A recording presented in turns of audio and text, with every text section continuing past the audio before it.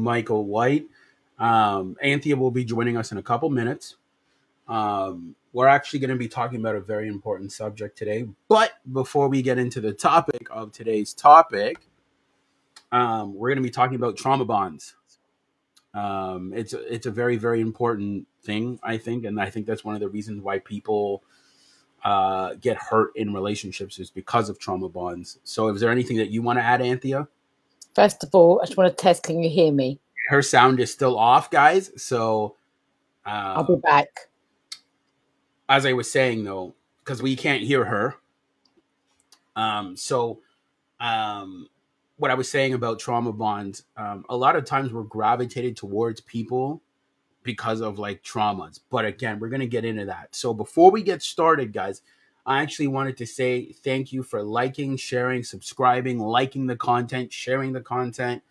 Guys, we do this to add value to the space. This is not a platform to discriminate against people, to shame people, but we're bringing certain things to light and topics and addressing certain topics and giving a fresher perspective on it from a non-judgment and biased point of view.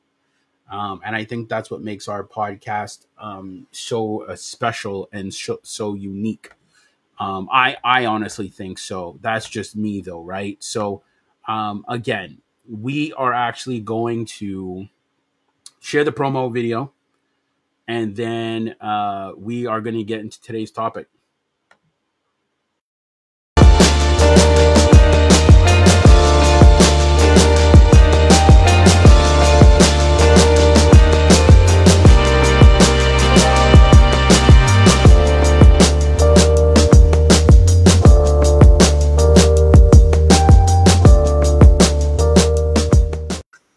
Okay, so what we want to discuss is trauma bonds, right? So you're going to get a fresh perspective on it because honestly, I can speak from experience. I've done this. I've done this multiple times where I've been in these situations where I was more attached to the trauma of somebody than the actual relationship itself. So sometimes it can hinder a lot of things. But go ahead, Anthea. Can you hear me? Now we can. Yay! I was just telling people about trauma bonds, and I'm not too sure if you're familiar with trauma bonds or if you know anything about them, or if this is a completely new subject for you. It's kind of more, it's quite new, and I know we discussed this, the trauma bonds. So it'll be interesting to hear what we can put to this as the conversation goes along, because as you guys all know, it's very organic how we speak here. So we kind of go along with it and give our true experiences and our true selves to this podcast. And yeah, so what was you saying, Michael? I was just introducing people to, our podcast, what it is we do. And then that we have a video for them today. That we'll be sharing with them of trauma bonding and actually breaking it down. Again, I want to let you guys know that Mondays are reaction Mondays. That's what I like to call them. So every Monday, you're going to have us react to a video based on when it comes to love, relationships, or whatever. And then during the week, they are just flat out conversations on Wednesdays, Fridays, and Saturdays. We just no sharing of videos, just a flat out conversation. So I want us to talk about today's video. Again, as I said, guys, I've made this mistake too when it comes to dating people. And it will be new for Anthea, it'll be new for me, but I watched the video and it was very revelationary for me. And I think it will be revelationary for her as well too. So we'll get into the video. I just have to mute my mic. And then we will listen to the video and what they have to say about trauma bonding.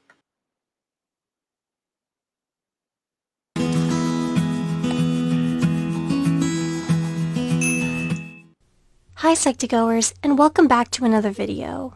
Thank you so much for all the love and support you've given us. Here at Psych2Go, our mission is to make content on mental health and self-help more accessible to everyone. Now let's continue. Have you ever heard of the term trauma bond? According to Dr. Patrick Carnes, a trauma bond is defined as dysfunctional attachments that occur in the presence of Okay, so before we get started, guys, please, the link will be down below for this video for you guys to go watch it. It's fair use. We're just reacting to the video, but you guys will be able to watch the full video um, without commentary. So, trauma bonding is pretty much a dysfunctional attachment that occurs in the presence of danger, shame, or exploration or exploitation. So, like exploiting somebody, right? So, like a lot of times, like when you have like trauma in your life, and like let's say you're in a relationship and there's a lot of abuse going on, and you don't know how to leave, you have an addiction to a trauma bond. That is one of them, but it can also happen with friends as well too. So So, they're gonna go ahead. sorry, I was going to say, when you say an addiction, is it an addiction or is it fear of what will happen if they leave rather than an addiction? It's not really like an addiction. It's more of dysfunctional attachments. Yeah, because it's a fear, it's a Yeah, fear based, isn't it? Because I know that yeah, every decision, well, one thing that I've learned is every decision is either made out of love or it's made out of fear. So the yeah. fact that people stay in a in trauma like that is because they're scared and they're so fearful. Because I know, I mean, I've had a family member that was actually in quite a violent relationship, and it was so sad because she was so scared to leave in case he came and found her. And you know, and it can happen to, it happens with people, and it's a shame that so many people could be stuck in that kind of relationship and because of the fear. So it'll be really interesting to see if they give anything Oh, to. they do. They give some Excellent. amazing stuff that they're gonna break down, which I think is important for anybody to see and hear. Because I Excellent. think for a lot of people, we all have made these decisions when it comes to dating somebody, and they portrayed these type of qualities. And there's an addiction to trauma, just like there's an addiction to food, just like there's an addiction to a lot of things. A lot of people are addicted to certain qualities in a relationship. So I love the fact that I've watched the video and they're going to break it down very well. Of danger, shame, or exploitation. This is the most common in narcissistic relationships. Remember though, while it is common, these relationships do not have to be romantic. With that being said, here are 6 signs of a trauma bond. 1. Your relationship is unpredictable. Do you feel yourself constantly walking on eggshells? Are you scared to interact with them because you don't know how you'll be treated? This may indicate a trauma bond.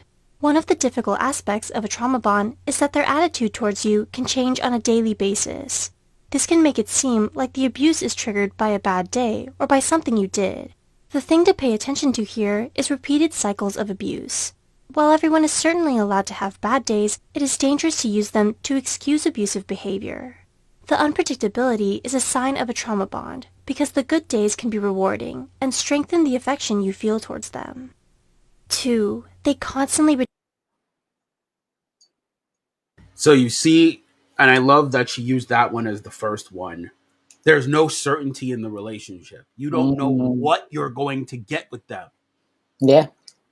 That's and some people know that they're being abused, but they're like, okay, they're gonna change. Like, don't worry. And they're kind of like, you see, in the video there, she explained it. They pull them in on the good days.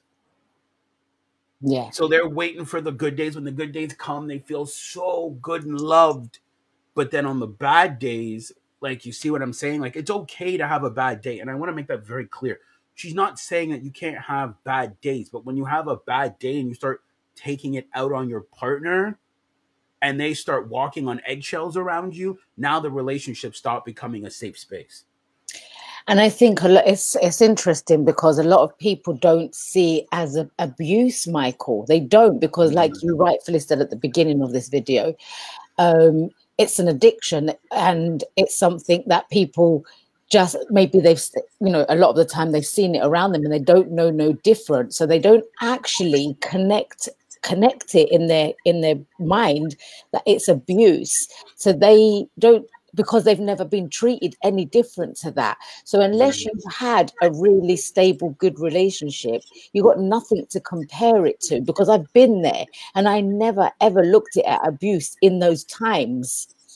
I didn't see it like that. It was until I came out of it and I grew as a person and I started to understand that I realized that actually that is abuse and that is not the way to be.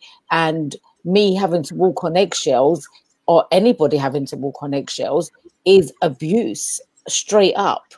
And like you said, okay, everyone's going to have their bad days. So you might have somebody come home and they might be snappy one day. But if that's happening all the time, guys, then, and that's a daily occurrence, and that's how you know the difference. And don't be fooled by the tears that people bring to you when you're trying to walk away. If they're treating you wrong, they're treating you wrong. And then, because I've seen it so many times, Michael, where people put the tears on, and I'm so sorry, and I won't do it again, and I promise you, and they hold on to the legs and beg, please, please, please, and actually they'll go and do it again. Because there's no boundaries. You're not giving them any consequences to their actions. I like that you said that, but see, most people think that that's what love is. That's the thing. They don't Yes. have a strong understanding of the difference between that and love. They don't. So they think that putting up with that type of behavior is what you're supposed to do when you love somebody, when it's actually the complete opposite. It's not behavior you're supposed to put up with.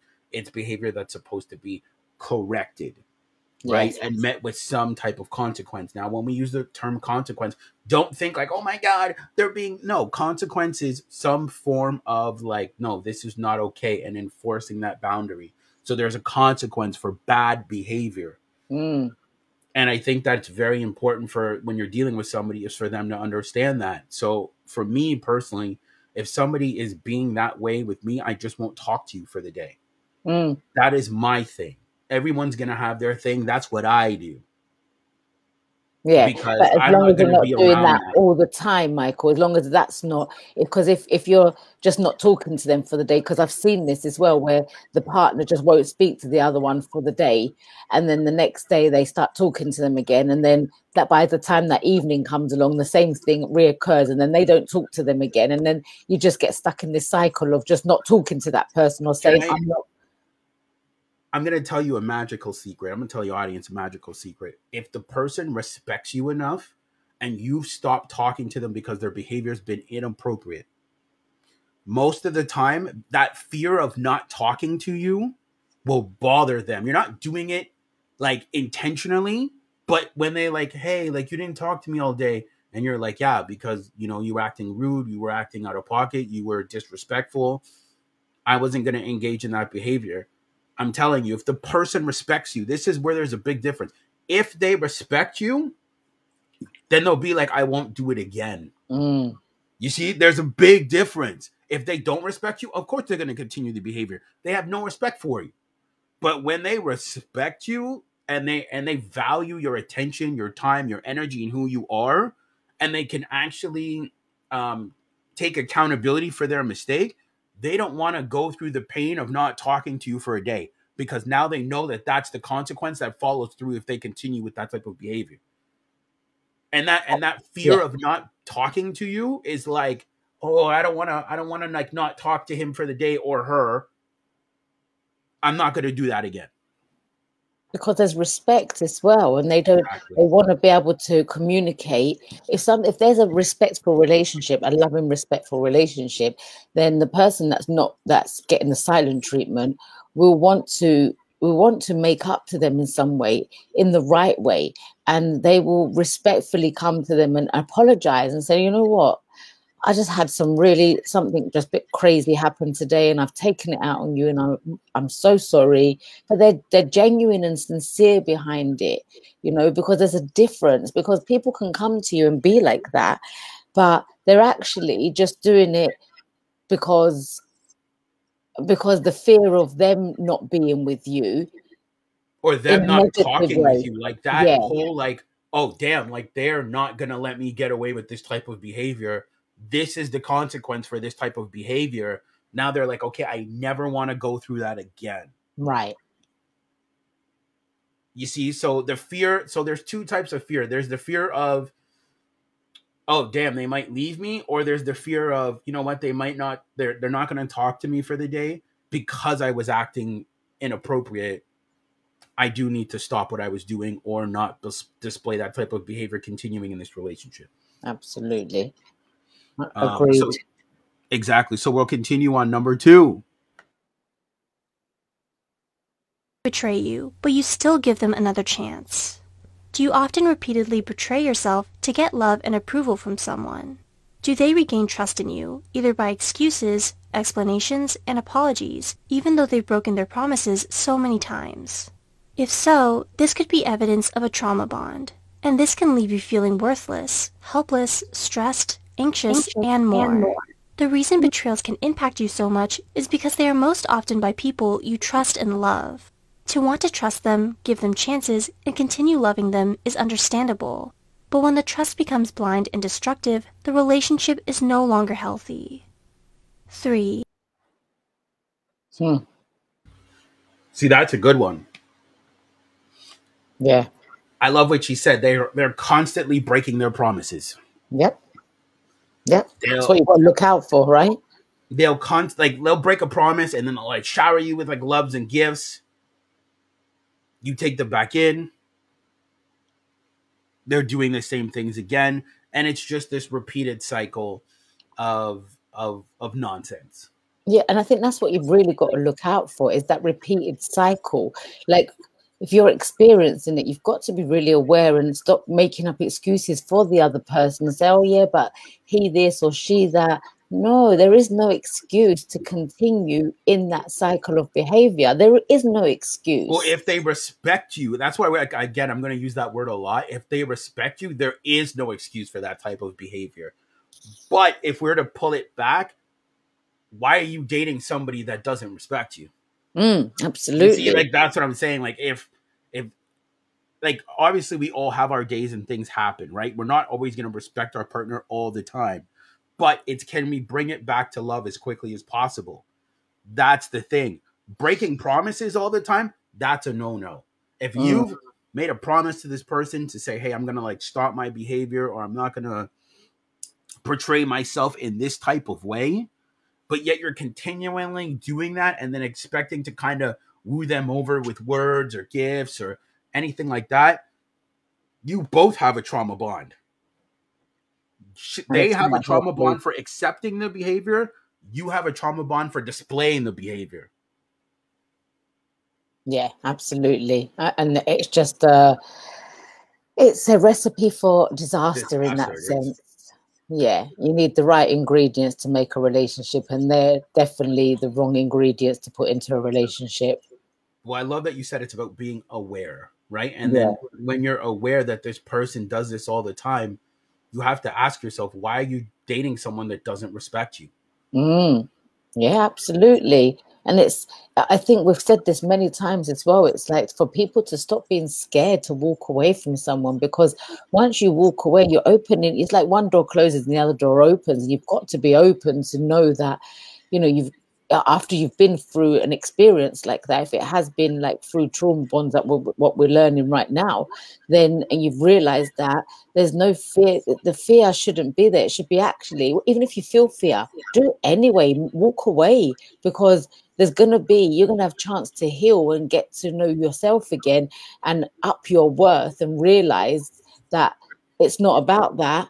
And you should for sure be with someone who respects you and you respect, not somebody who comes to you and causes you problems day in, day out. And it's just not, it's not going to work. And it's going to be destructive for both of you. And you guys are both going to be unhappy.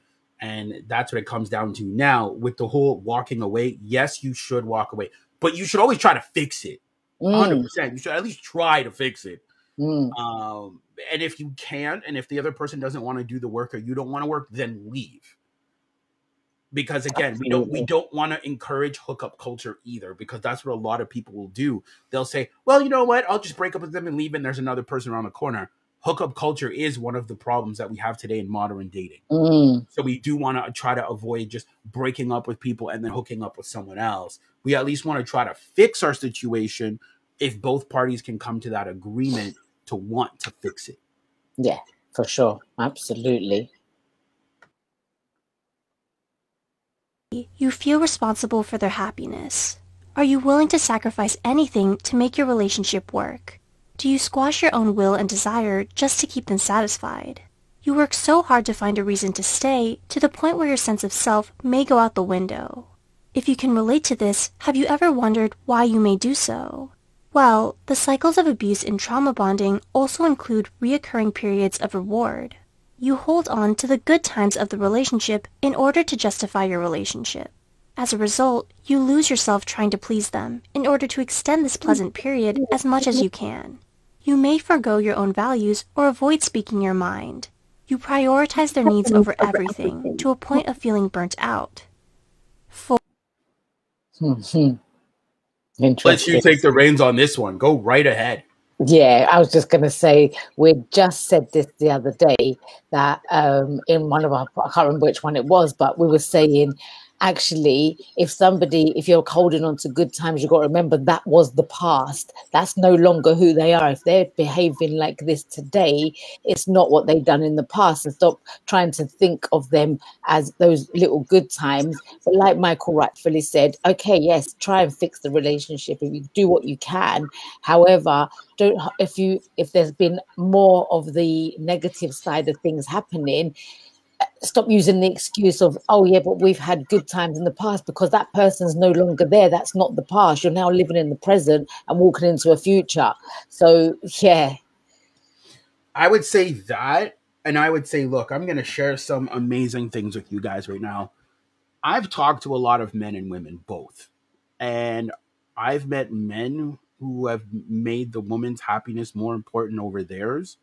So this is accommodating her every way, left, right, and center, while he suffers in silence. And I've also met women that have also done the same thing to get the man's validation and attention, where they're doing everything under the sun. And look, I'm not going to sugarcoat it, man. I've talked to girls that have literally paid guys rent, paid their gas, paid their insurance, giving them threesomes, even though they're not into the opposite sex. And what I mean is like bringing in another female, everything under the sun to make this person happy.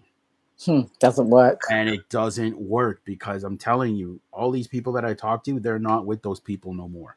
You can't stand on your head enough different ways to make someone happy, Michael. It just doesn't work like that. Happiness comes from within and through yourself. Like when you wake up in the morning, you should be happy you're alive, not because you're looking at somebody else and waiting for them to do something to make you happy. It doesn't work. Well, you should want to do those things, and there shouldn't be a reward system attached to it to equate to your happiness. Whatever you do within the confines of your relationship is to accommodate your partner, to have the best relationship, because we all have needs. But those needs shouldn't be attached to your happiness. Now, if your needs are not being fulfilled at all, now you have a problem. But you shouldn't be going so far out of your way to compromise your character and who you are. Yep. And that's what it comes down to, because I've seen guys do it and I've seen girls do it. Compromise so much of who they are that they've literally lost themselves. Oh God, yeah. And I've come across so many people like that, and I've done it myself in the past. Yeah, and it's like, and you know, when you've done it yourself and you've been there, you've done that, you've got the t-shirt type of thing, you can see it so clearly in other people as well. But it's amazing, again, like through conversations with others, again, it has to come down to self-realization, because you can say whatever you say, and you could, unless they've actually come to you to actually, and they've realized that there's a problem. If you try and give your opinion to say what's going on, they will shut down. A lot of people will just shut down. And they don't see it, and they don't understand it. They don't realize it. They have to come to their own realization first and foremost to be able to get past where they're at. And it's interesting to see that and hear that and watch that in people. I agree. So we'll get to point number 4. Your relationship is complex and involves false promises. I promise things will change, or this will never happen again. Do these statements sound familiar? False promises often strengthen a trauma bond. In fact, they are so powerful that they convince you to stay by creating a feeling of hope to cling to. If you are in a trauma bond, you are inclined to believe these words, because ultimately, you are emotionally attached to the other person. Your belief in them comes from a place of hope and desperation, even if logic tells you that you will just be left hurting again. 5. I will let you take this one as well. It's just the whole thing is so interesting, Michael, because people hold on to that hope all the time, and they really do hold on to it. But if somebody is saying something and nothing's changing, please realize that it's not changing and do something about it, because it does just leave you hurting again. It's only going to be the same thing. It's a promise. It's an empty promise that keeps on happening. And I've heard it so many times with so many different couples. Well, it leaves you emotionally drained, I think. Yes. I promise I will change, and then you take them back, and then it happens again, and then it's like this back and forth. It's like you're playing tennis back and forth, but not in a positive way, in a very negative way. And I think, and I love that you said that. They're attached to the hope. Yes. They're not attached to the person. They're more attached, I hope. Yes. That they change. And it's like, sometimes you just have to look at something in the face and accept it for what it is. We've spoken about this before, haven't we, Michael? Yeah. And it's like walking into a tiger's cage, and then you walk out and you say, well, the tiger bit me. And then you walk back in the tiger's cage and the tiger bites you again. And then you're complaining, it bit me again, but this time in a different spot. Yeah. Yeah. It's like, but shouldn't you have learned like the first time that like, if the tiger's going to bite you once, it's always going to bite you. It's like putting your hand on a hot stove, isn't it?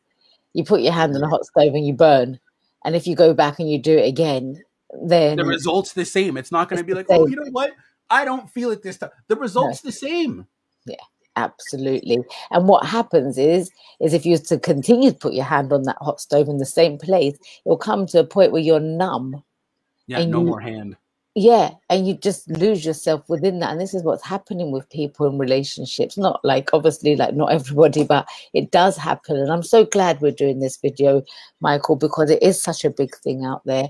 And, you know, I'm not saying, I'm sure that, I mean, I know there's beautiful relationships out there too, but there is lots of people who are literally stuck in this kind of way of being. And I really hope we bring some super awareness to this through this video. That's what I wanted. To bring awareness and for people to make better choices. Yeah. And we'll give, like, there's only 2 more left, and then we will give our conclusions at the end. 5. You defend your relationship even though it's abusive. Is it difficult for you to acknowledge the toxicity in your relationship that others are trying to show you? Do you think others just don't understand your relationship? When you're in a trauma bond, it's common to deny the facts that your situation is abusive and traumatic. Think of it as a defense mechanism. You feel so tied down to your relationship, you're unable to leave it, or you keep going back to the same person. It can be shameful to accept the fact that you are putting yourself in a destructive situation, so you may turn to denial. In other words, this acceptance may bring about feelings of inadequacy or weakness. 6. I agree with that. I do. I really do agree with what she said. I'll let you go. Go ahead. No, I was just going to say it does. It brings. Well, it's a low self-worth, isn't it? It's like you lower your standard, you lower your ways, and before you know it, your days. It affects this stuff affects your everyday life, and you start being somebody who you're not, because if you can remember yourself before that relationship, I bet you was quite happy-go-lucky person, and so when you realize that you're no longer like that, you're just ripping yourself apart and holding your own holding yourself back from the things that you could possibly have in your world, because when you're on that really low vibrational frequency and it really does bring you down. It does bring you down. You don't even realize it drains you. Next thing you know, nothing you want in your world is coming to you, or you're not able to achieve things because you're in a downward spiral constantly, right? And you're defending an abuse. That's the thing. I think a lot of times people defend their abusive relationship. They do. Yes, they Because they want do. it, because they want it to make sense to them. And it's draining. They're like, oh, no, he's not like that. Oh, no, she's not like that. Oh, no, it's a great relationship. And at the end of the day, a spade is a spade. Yeah. And again, I don't like to talk about this, but look at the Johnny Depp situation. Clearly, he was being abused in that relationship. Yeah, I don't know about that one. Oh, well, it's the famous actor Johnny. Yeah, Johnny I know Depp. Johnny Depp, but I didn't know about the relationship. He's in court right now because his girlfriend, or his wife at the time, was just very abusive to him emotionally and physically, and he stayed with her longer than he should have. So, there was a sense of trauma there, because even his upbringing was even brought up that, their parents or their dad used to be very abusive, and Johnny would just take it. And, I think a lot of people think that's what love is. You're just supposed to take abuse. Yeah, and you're not really so not supposed to. But you also have to be careful, because a lot of people just scream abuse and there's no signs of it. So I'm saying you also have to be very aware.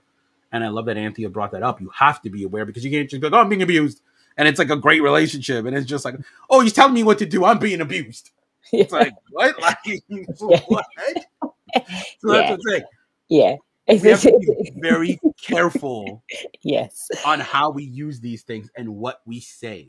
Yes, you know what? Because sorry, I know this is slightly off. It's on subject, but slightly off subject.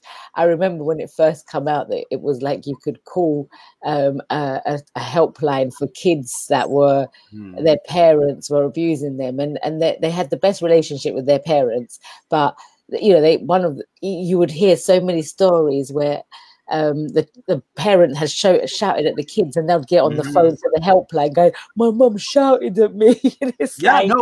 You know what? You're not wrong. And I think that's a great example, because you'll hear things of like, let's say, for example, a parent's like, oh, eat your asparagus. I don't want to eat my asparagus. Next thing you know, oh, they abused me because they told me to eat asparagus, and I don't want to eat asparagus. You know what I mean? And there were so many incidents like that. There were so many incidents like that.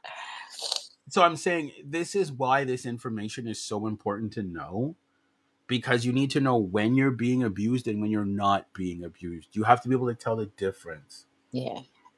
There's a level of understanding, because, again, we can't just run around here saying, oh, they abused me because they told you to stop doing something. Yeah. They didn't abuse you. They asked you to stop doing something very politely. Look, if I just had an experience yesterday where I'd heard a family having a really crazy experience, and to me it was abuse. And I'll tell you my reasons why I heard it like that and see it like that. There was screaming and shouting and effing and blinding. I mean, that's abuse. Yeah, and when I say screaming, I mean a level that from both parties. From both sides, and one of them was a child. I say a child, not a child as in a 20-year-old, and the other one was the parent. And what I was hearing, like a male female, or a male. Well, one was male female, and then it was the mum to the child, to the son, and then the dad to the son, and it, hearing that was breaking my heart. Like, that's abuse. It's abuse. So when you hear that, so if somebody's shouting and screaming at you and effing and blinding at you, and they're raising their voice and they're getting irate, that is abuse. It is. And I don't care what There's no excuse on this planet. There's no excuse, Michael. I don't care what you try and come out with. No, there's no excuse for that to take place. I don't care what bad day you've had. I don't care. You have no right to speak to anybody like that. No right whatsoever. You're absolutely right. But you see, the thing is, people don't also like the offside either. People don't like the fact is comply or goodbye. They don't like that either. So what I mean by that is, let's say you get to know someone, you guys are getting familiar, everything's good and sweet, and you lay out the ground rules of what the relationship is, and you let them know, hey, I don't tolerate yelling here. I don't tolerate swearing. It's either comply or goodbye. You either like the rule or you don't. It's either you follow the rule or you leave. Well, who are you to tell me that I can't yell or raise my voice or do whatever? It's very simple. Comply or goodbye. Yeah, and it's people don't like that. People don't like that one either. No, they don't. Want to be able their to business. they want to be able to do what they want to do in a relationship while still getting the benefits of a relationship. Yeah, and it's like it doesn't work that way. No, it doesn't work like that. And at the end of the day, I love that. I love what you just said, comply or goodbye. And actually, and if somebody turns around and says, who are you? Well, obviously, I'm no one to you. So goodbye is where we're going to go with that one. Because if you can't respect what we're saying, then it's the first one's out the window. You're not complying. So we're goodbying now. See you later. I feel like it's a talk show and you say, like, what's behind door number 1? Yeah. The exit. That's what's behind door number 1. And that's the thing, because you see, when somebody says comply or goodbye, you're insecure. No, I'm very secure. It's just that's not something that I tolerate within the confines of a relationship. Yeah, it's so true. And you know what, Michael? I was speaking to somebody today, and I'd come to a realization where when something's happened and I'm talking friendships, relationships, business, which way you want to go. We're talking people here, right? So whichever relationship it is, like I know I've previously in past said something to someone that's like I've said, somewhere along the lines of, I don't like your behavior, and that has put their back up. And they've turned in seconds into the most nastiest, dirty-mouthed person. And I'm like, whoa, hang on. All I've said is, I don't like your behavior. So you're so right what you're saying. When you try and put your own ground rules down to and it's not even ground rules. It's just saying, look, I don't. It's a boundary. It's a boundary. I don't like what you just done. It doesn't need to have abuse come back to you just because I didn't like something. I didn't like it. That doesn't mean that's fine. That's a difference of opinion, 100%. Right. You're right. It need to be matched with a form of abuse, and that's why, as I said, it's comply or goodbye. If you let somebody know that this is something that you don't tolerate, and if it's behavior that you're going to continue to display, it's you either get on board or you get off. Yeah, like, those are your options. Don't. Oh, who are you to tell? Look, I don't understand that concept. I don't understand why people have this like switch in them, Michael, where they just like they don't like something, they switch. It's like, whoa, hold your horses, man. I don't mind the switch because it shows me who you are. Yes. And I'm always gonna bring it back to comply or goodbye. You know what I told you. You're starting to display the behavior that I told you I don't deal with. Yes. I'm out.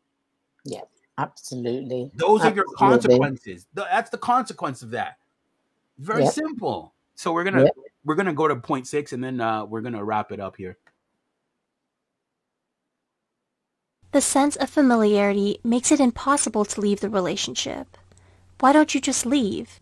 This is a complex question for someone in a trauma bond to answer, and there are multiple reasons why. A sign of a trauma bond is missing this person incessantly, almost like an addiction. Even after trying to break it off, you may miss having the other person in your life so much that it can impact you emotionally and physically. In order to avoid this debilitating feeling, you may feel like you have no choice but to stay. It might also be hard for you to leave because it is hard for you to recognize your own situation. The combination of emotional attachment, blind trust, manipulation, and denial can make you unaware of how destructive your situation really is, making the prospect of leaving feels wrong or unnecessary. If you know someone in a trauma bond, it is important to remain empathetic and understanding, because the fact that they don't see what you do is absolutely not their fault. If you find yourself in such a situation, know that you are not. Okay, so the last one is very simple. They can't let them go because they're familiar with it. Yeah. Right? They're very familiar to the point where they're like, well, they're missing them. And I've heard all types of situations. Guys, girls say, I ain't going to work. I'm too sad. They stop working out. They stop doing like all these things because this person left them. And we're not saying that you can't grieve. You can grieve. But when it's affecting what you do on a regular basis, like your purpose, who you are, all those other things, now it's a problem. And also, I just want to add to that. Look, if that's what you're going through, aren't you better off? You're going to have those. You're going to have those negative emotions and those situations while you're with that person, right? Regardless, because that's the reality of what's happening. So if you leave, you're still going to feel the same emotion. If that's what happens, and you feel sad and you feel like you missed them, and you're going through those emotions, well, at least you're going through it and you're not getting abuse. Well, it's also because some people don't want to be alone. They either don't want to be alone, or B, they don't think they can find someone else, or C, they're trying to turn that person. And I've seen this happen too many times to count. They're trying to turn that person into something they're not. Yep. I've seen it so many times, Michael. And it's like, what do you? So it's like you're going to go through all this abuse to pull a Prince Charming, or to pull that's not there. A prince out of them. And it's like, I don't want to have to pull crap out of you. Excuse my language. No, you don't need to. I don't want to have to do that. No. So, training. And I love what she said about being empathetic. I agree with it to a degree, because you can only be empathetic with them for so long. Yeah. Because now you're empowering them. Like, yes, you could be like, oh, hey, like, I feel bad for you, whatever. But if they're going back like 5 or 6 times, it's like, nah. Like, you need to stop. You need to go to therapy. You need to do something, because like we're getting ridiculous. And on top of that, Michael, if you're the person you're being the empathetic one because you're the outsider to the relationship, and they continue to come to you, then it comes to a point where now that abuse is coming over to you, because they're telling you everything that's happening. They're going on about it. They're not happy, but it's still happening, and you're the one having to hear it. That's where I say, no. Well, they're choosing that. And again, not everybody gets it right away. But if they get it like once, like let's say it happens like once or twice, then okay, like totally it happens, But if they're like, oh, like Chad or Sarah keeps hurting me, it's been like 5 or 6 times, you're like, my empathetic tank is kind of like running out at the moment. And like now I have to give you that tough love. Yeah, for sure. Absolutely. And we shouldn't have to go through it either, to be fair. As in, if we're being supportive of somebody, you can only be supportive for a certain amount of time before you've had enough of hearing it as well. Yeah, before you're like, there's nothing you can do about it unless they're doing something about it. What are you going to do about it? You just got to listen. And okay, you can listen, and it's good to listen, but it comes to a point where you're drained from it as well, and it's like, no, enough. I'm not doing this anymore. Yeah, exactly. It's like at some point you're like, enough. Put my foot down. You need to stop. Yeah, for sure. So hopefully you guys learned something from today. As I said, like, share, subscribe. We'll be back on Wednesday, and let's just keep the boat moving, guys. We really appreciate the support. We wouldn't be able to do what we're doing without you guys. And we're going to make sure to keep giving you guys topics that you care about, that we're passionate about. And we're just going to keep showing up for you guys. Thank you. It's been a pleasure today, actually. It's been a really good one. I really appreciated this one. All right. Take care, everybody. See ya.